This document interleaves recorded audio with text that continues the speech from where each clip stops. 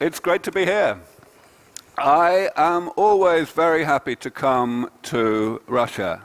And one of the main reasons why I like it so much is because you people are the world leaders in understanding that aging is a bad thing and we need to fix it. I have spent most of my time in the past 10 or 15 years on stage, on camera, trying to persuade people to be rational about aging, to understand that aging is the world's biggest problem and that it's a problem we should be able to solve using medicine of the foreseeable future. In Russia, I don't have that problem. People seem to get it much more easily. So today, as you can see from my subtitle, I am going to give a rather unusual talk. Partly because in 15 minutes it's not really possible to talk through the details of the science that we do at Sense Research Foundation. And anyway, the long talks that I give are all over YouTube. You can look at them yourself. The other reason, though, is because of you. Because people who already understand the value of this work are my allies.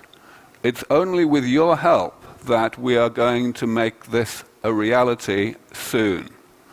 We need more people to be effective crusaders, to be going out persuading the world that this needs to be done and it needs to be done urgently. I believe that Russia can be the world leader in actually delivering this technology if you try, because you already understand why it matters. So, there we go. So, these are the kinds of concerns that I spend my life trying to allay when I speak to the media or to the general public or even to other scientists in most countries. They say, oh dear, if we didn't have aging, where would we put all the people? They'll say, oh dear, if we develop this technology, there will be even greater inequality in the world because only the rich will be able to afford them. They say things like, oh dear, dictators will live forever, and won't it be boring living so long? I don't think I need to explain to you people why these objections are silly. But they are silly, and you need to be able to explain to other people really well why they're silly. The first step is, don't use the word immortality. You have probably noticed that the word immortality is even in the title of the talk that is on the program. And it appears in the title of most of the newspaper articles that are written about this kind of work. But it's actually a bad word to use for this, because it makes people think that this is science fiction and not real science. One needs to make sure that people understand that this is just medical research, same as any other medical research. You need to demystify it. In order to stop people thinking this way and start getting people to think this way about a post-aging world, you need to use the right language. You need to be positive. You need to tell people, no, you should not be worried about there being too many people, because other technologies are going to mean it's okay to have a lot of people. If we have more renewable energy, if we have better agriculture, then we can have more people with less environmental impact. So it's an inappropriate concern. What we should be thinking about is the suffering that exists today when we don't have the cure for these diseases and disabilities. When we can bring those things under medical control, we won't have any Alzheimer's disease. We won't have any cancers of old age. We won't have atherosclerosis and heart attacks and strokes. That's the way that we need people to be thinking. And of course, it's not just the diseases. It's the vitality that comes with being youthful, being physically and mentally just like a young adult. People like that will not be bored. They will be contributing wealth to society still. So everyone will be more prosperous. And that's why everybody will have access to these therapies, even if they cannot pay for them themselves. This is the problem that people have. It's a psychological problem. They think that aging is immutable, that nothing will ever be able to be done about it. Medicine cannot attack it. And because they think that, they don't really care whether aging is a good thing or a bad thing. But at the same time, they have the opposite problem. They think that aging is a good thing. They have convinced themselves that all of these supposed problems that would be created in a post-aging world mean that we should leave it alone, and therefore they don't really care whether it can be fixed. So this kind of catch-22 that exists, this kind of circular logic, is what holds people back. It's important to convince people to address these two questions separately, to look closely at whether aging really is immutable, independently of the question of whether it's a good or a bad thing. This clicker is not... There we go. We must also remember that even if we are pessimistic, even if there is a possibility that problems would be created as a side effect of solving the problem we have today, those problems simply would not be so large as the problem we have today. Today, 100,000 people die every day worldwide from aging. That's 2/3 of all deaths.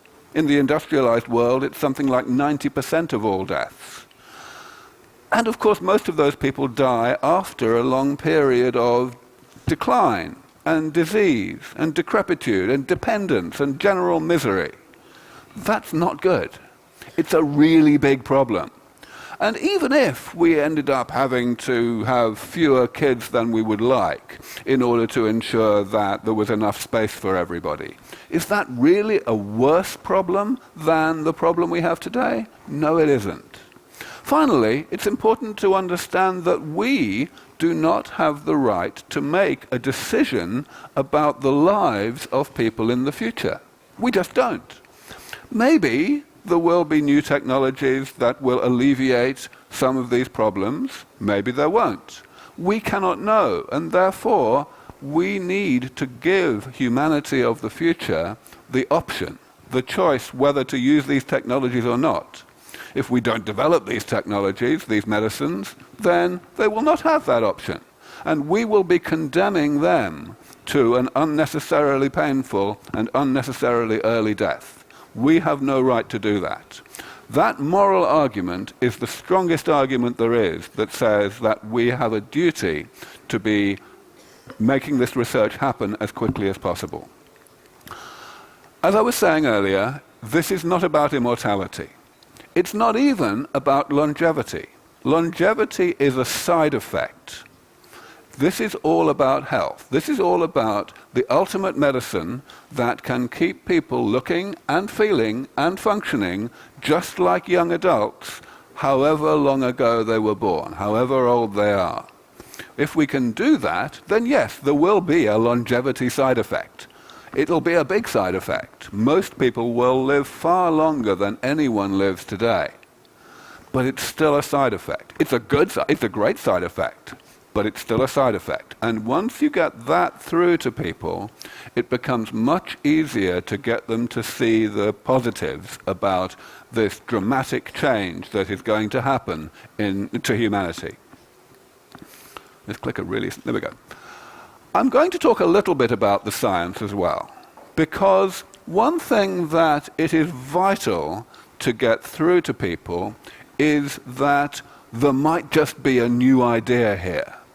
When someone comes up with a radical new suggestion, a new concept, the immediate reaction that most people have is either the concept is simply incorrect and the proposal is in fact impossible, it's science fiction, or it's obvious and it's already being done, so it can be ignored. You have to avoid those two extremes. you have to get people to understand that humanity has been making a mistake, making an oversight.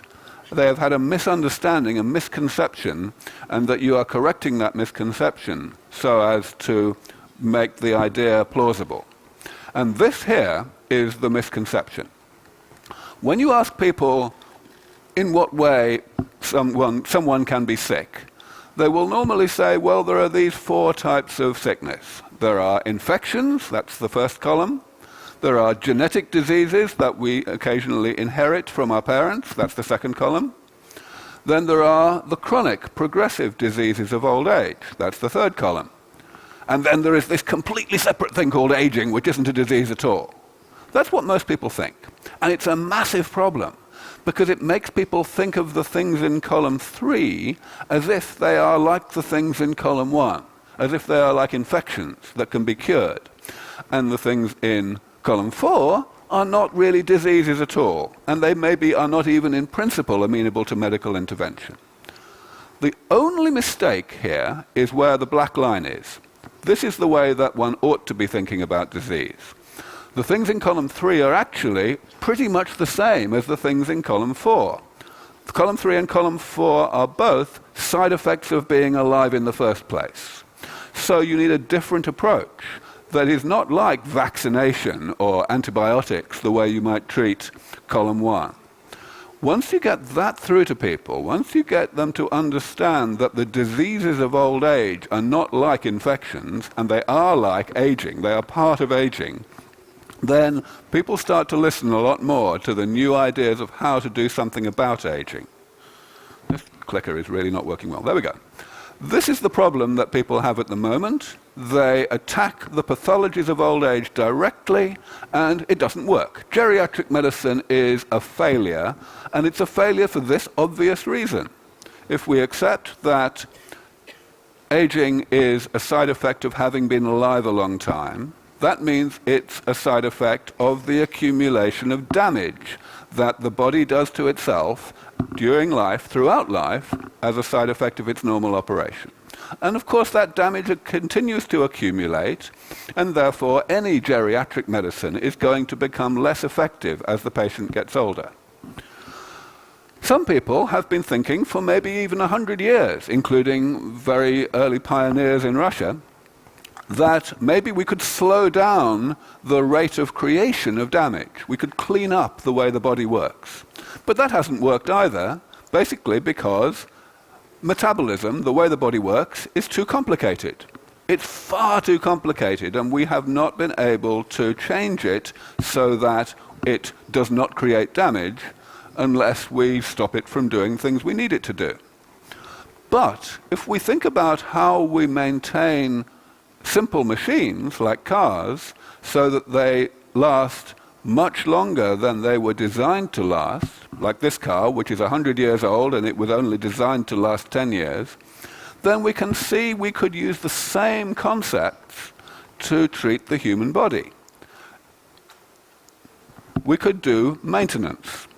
Simply go in and periodically repair some of the damage that the body has created as a side effect of metabolism, and thereby, even though the damage is still being created, we would stop it from accumulating to the level that causes sickness. This is how we do this. The specific approaches that Sense Research Foundation is pursuing, there are only 7 major types of damage that we need to address. And of course, if you want to know all about this, you should go to our website or you should read my book and so on, because there's a huge amount of detail that needs to be looked at in order to understand why this is feasible. But the point is, it's a plan. It's a real, concrete, down-to-earth engineering design for how to bring the whole of aging, that means column 3 and column 4 from the previous table, under control. These approaches will eventually work. People know it. The Scientific Advisory Board of the Foundation consists of world-leading luminaries from all of these fields who are publicly endorsing this. Even the scientific literature has all of this now. These are some publications that we have supported over the past several years. The one at the top was published just last week. That's the end of my talk. Thank you very much. Thank you very much, Mr. De Grey. I have a short question to you, and that's less about the medicine, but more about social one. As you know, as everyone knows, the good medicine cannot be cheap. So all the new technologies, they're extremely expensive. And the question is, in the most of the country, the society covers this cost in certain ways, in this and that way. And the question is, if we are talking about possibility to make life longer, who are the winners? Who would be those patients who are able to get this longevity? Yeah. It's a very important question. And you may have noticed that one of the concerns that I put up on my slide was people will say, oh, maybe only the wealthy people will get this. Not true. And the reason it's not true is very simple. It's because these medicines will pay for themselves economically. When someone is sick, they are not economically useful. They are consuming money. They are consuming wealth. When someone is healthy, they are contributing wealth to society. So even if it will take a lot of advance investment by governments around the world to ensure that everybody who is old enough to need them will have these medicines, nevertheless, it will be money that will come back to the country very quickly. And therefore, I'm quite sure everybody who is old enough to need them will have these medicines, whether or not they can pay for them.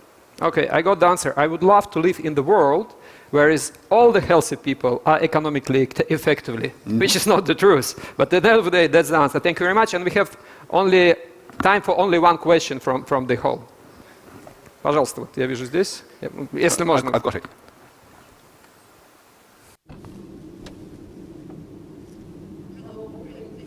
Much for your great presentation. I'm very happy to greet you here from Russian branch of the International Longevity Alliance, the organization which is supporting the biomedical research to address the aging-related health damage. And my question is about self-testing. Right now, there is an ongoing experiment of Liz Parrish, who is testing the gene therapy to address aging on herself. I would like to know, what do you think of such self-experimentations and what its role in the whole process of the scientific development? Thank you. Self-experimentation is a tradition that has existed for many, many years in science and medicine. Even 100 years ago or more, there were very distinguished scientists who would do this. These days, it is considered less popular, less of a good idea, but I do not think we should have a moral stance about this. I think if people want to do this, they should be allowed to. Furthermore, it is a way to actually find things out. Maybe this particular case is premature, maybe not. It is certainly well informed. Liz Parrish, whom I know well, she has good information leading to the decision she has made to be, as she calls herself, patient zero for these gene therapies. But we will see. I certainly don't think we should condemn it. Okay. Thank you very much. Спасибо большое. У нас на сцене был вечно молодой Aubrey De Grey.